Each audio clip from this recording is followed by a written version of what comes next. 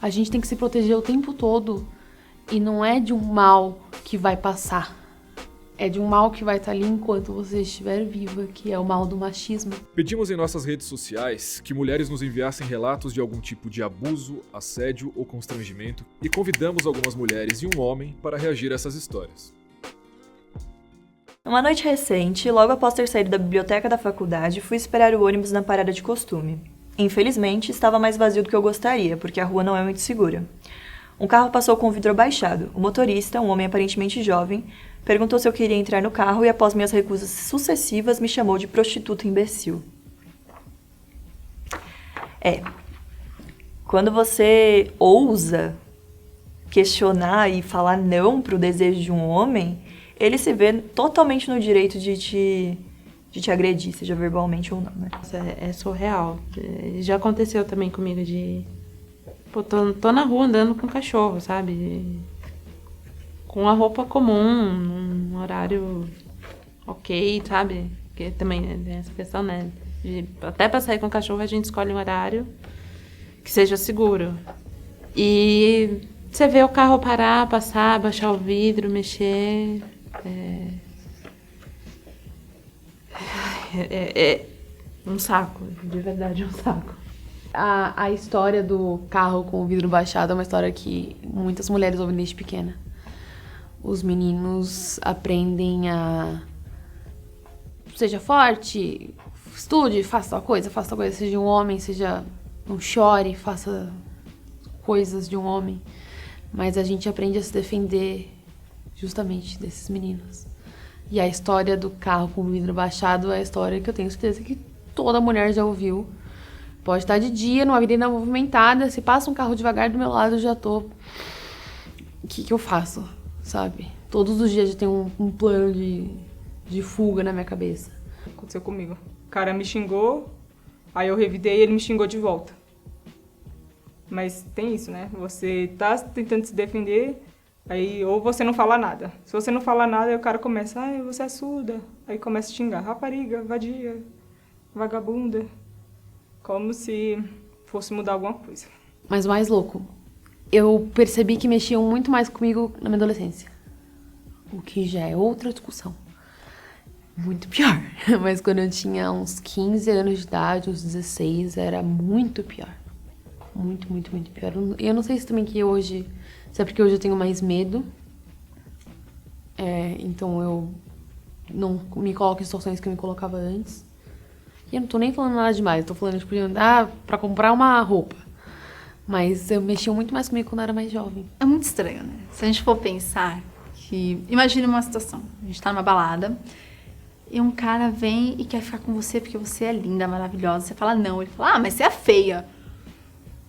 Há 1 minuto atrás eu era linda, maravilhosa, e só porque eu recusei, eu sou feia? Feia é você. Quando a gente sai à noite, o homem ele tem medo de ser assaltado, de ser esfaqueado, de ser sequestrado. A gente tem medo de ser estuprada, a gente tem medo de ser assediada, de ser obrigada a coisas que a gente não quer. A gente tem medo que violem nosso corpo e o homem tem medo que levem as coisas dele. Então, eu acho que isso... diz muito sobre como a nossa sociedade ela é composta e como a gente tem medos diferentes na mesma situação, porque é muito improvável que esse cara do carro ele falaria a mesma coisa que ele falou para você, para um homem, se estivesse lá. Talvez ele só passasse reto. E era isso que ele deveria fazer, passar reto e não te incomodar. Mas na nossa sociedade a gente sempre... Como mulher, a gente está sempre sendo importunada de alguma forma, ou sendo xingada, ou sendo menosprezada. Eu tinha 14 anos, estava indo de ônibus para o meu curso. No caminho, um homem sentou no banco da frente, colocou pornografia no celular e ficou virando a tela na minha direção para eu ver. Ele ficou assim o trajeto todo e não havia quem pudesse me tirar daquela situação. Começa muito cedo, né? Começa muito cedo. A mulher é sexualizada desde muito jovem. Isso me lembrou uma situação que eu vivi. Eu me vi paralisada. Eu também tinha, acho que 18 anos. Estava voltando do trabalho, o ônibus cheio. E eu segurando aqui no ferro. E quando eu vi, o cara estava roçando na minha mão. E eu fiquei num estado de choque que eu não conseguia tirar a mão. Eu fiquei travada. E eu não conseguia olhar pro lado, eu não conseguia fazer, eu só fiquei ali estática. Foi... Acho que é a primeira vez que eu tô falando isso abertamente. Foi horrível. Horrível, horrível, horrível. Não desejo isso pra ninguém. O assédio vem de muitos jeitos, né? A gente acha que você ser assediada necessariamente envolve um homem encostar em você ou falar coisas diretamente pra você. Sendo que não. O assédio claramente acontece quando um homem tem a intenção de te constranger de maneira sexual ou pro prazer dele. E é sempre numa situação na qual você é inferior e, como ela falou, numa situação da qual ela não podia sair. Isso eu acho que é uma coisa que eu faço até hoje. Se eu vejo, sei lá, vou passar na frente de uma obra, eu atravesso a rua. Ou se, dependendo do lugar, se é, sei lá, um boteco, que eu vejo que tá cheio de cara, eu atravesso a rua, porque é uma maneira de tentar me proteger, de me preservar e não ter que ouvir merda, sabe? Vou contar uma situação. Eu tava no ônibus, de uniforme escolar. Eu só enfatizo isso, porque, principalmente em assédio, a gente culpa a roupa e a pessoa que foi assediada. Nunca a pessoa que tá assediando, né? Então, eu estava de uniforme e eu lembro que o ônibus estava cheio, né? O ônibus estava muito cheio. Eu estava lá tranquila, com o fone de ouvido, ouvindo música, sem nenhum problema. E era de manhã, às 7 horas da manhã, e o moço começou a passar a parte íntima deles em mim. Eu fiquei tão em choque que a única coisa que eu fiz foi chutar ele. E falar pro motorista, tem um abusador aqui, abre a porta para ele sair. Tinha um monte de homem no ônibus. Nenhum deles levantou e tirou o homem de lá. Foi eu e outra menina, outra adolescente, que era da mesma escola, a gente pegou e tirou o homem. A gente chutou, para falar a verdade, o homem do ônibus. E ninguém entendeu nada. E eu tive que ir do meio do trajeto até o final com uma mulher idosa falando: ah, mas olha a roupa que ela usa. Ah, mas olha o horário que ela pega o ônibus. Tudo era um problema. Eu era um problema de estar ali. A minha existência era um problema de estar ali. A existência do cara, não. Ninguém olhou e falou: nossa, mas espera aí, né? Temos algum problema porque ele tá aqui. As pessoas não se reparam quando tá em público, assim, né? Se elas reparam, muitas vezes elas ignoram. Elas ficam com medo, sei lá, de fazer alguma coisa. E você não sabe a quem recorrer. Ainda mais quando você é assim tão jovem, você nunca passou por aquilo antes, você fica com medo, você fica achando que a culpa é sua, você fica achando que você causou aquilo de alguma forma, você não deveria estar andando sozinha, você não deveria estar fazendo alguma coisa que causou isso, né? Quando, na verdade, quem tá errado é o cara, né? Ele que não deveria estar fazendo aquilo, ele que não deveria estar agindo daquela forma. Então, assim, eu tenho uma irmã de 13 anos e eu acho que ela nunca passou por isso.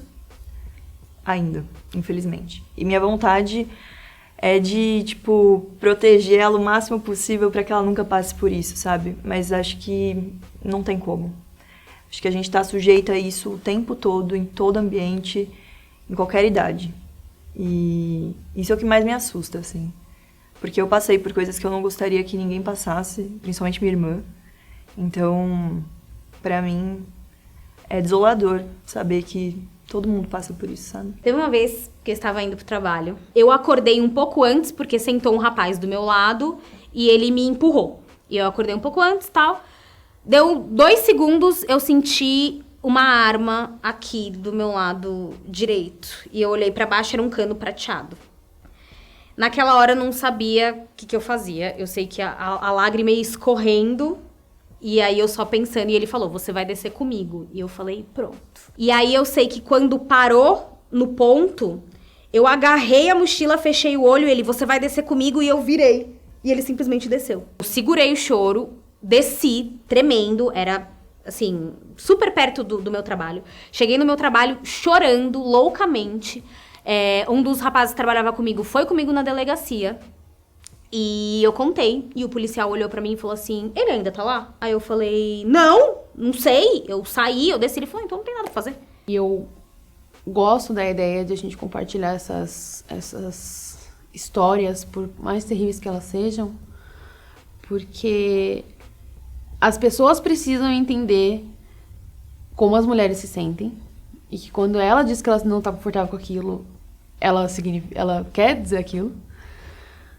E que o assédio vem de muitas maneiras. O assédio vem de muitas maneiras. A gente não precisa falar de um estupro, necessariamente, para que uma mulher se sinta assediada. Nesse caso aqui, claramente foi um assédio. E ela não estava nem próxima de encostar no cara. Vem uma sensação de impotência. É um misto de impotência, de raiva, de culpa, porque a gente é ensinada a sentir culpa, nós mulheres somos ensinadas a sentir culpa, porque a gente tá andando na rua e um cara vem falar besteira pra gente e às vezes a gente até deixa de reagir por medo de sofrer algo pior. Quando eu estava voltando da escola uma vez, um homem velho passou por mim na calçada tocando as partes íntimas dele. Ele chegou muito perto para falar comigo, perguntou se eu queria chupá-lo e continuou andando como se não tivesse acontecido nada. Ninguém na rua percebeu e tinha muitas pessoas naquele horário. Não fui a única vez que aconteceu algo assim. Eu não consigo ir na rua sozinha. Já pensei até em comprar canivetes caso alguém chegue perto de novo. Eu adoraria ter um spray de pimenta. Eu tô tão acostumada já a ouvir isso das minhas amigas e ter passado por isso tantas vezes que eu acho que eu já nem me choco tanto, pra ser sincera, assim. É horrível, mas acho que a gente já chegou até a se acostumar de tanto que acontece. Quem não viveu isso, conhece alguém que já viveu isso. É muito surreal. E até isso de comprar um canivete, eu pelo menos conheço mulheres de várias idades que andam com alguma coisa, um canivete, um spray, alguma coisa na bolsa no intuito de se defender, de tentar se preservar de alguma forma de assédios como esse.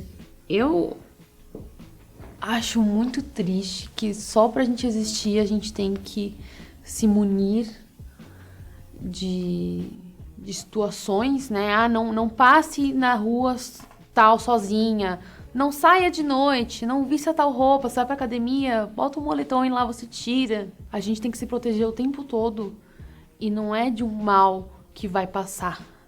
É de um mal que vai estar ali enquanto você estiver viva, que é o mal do machismo. A gente não tá falando de alguém que tem algum problema específico, assim. Ela vai passar por isso muitas vezes. Eu vou passar por isso muitas vezes. E todas as mulheres que eu conheço provavelmente vão passar por uma situação que faz com que você queira se proteger.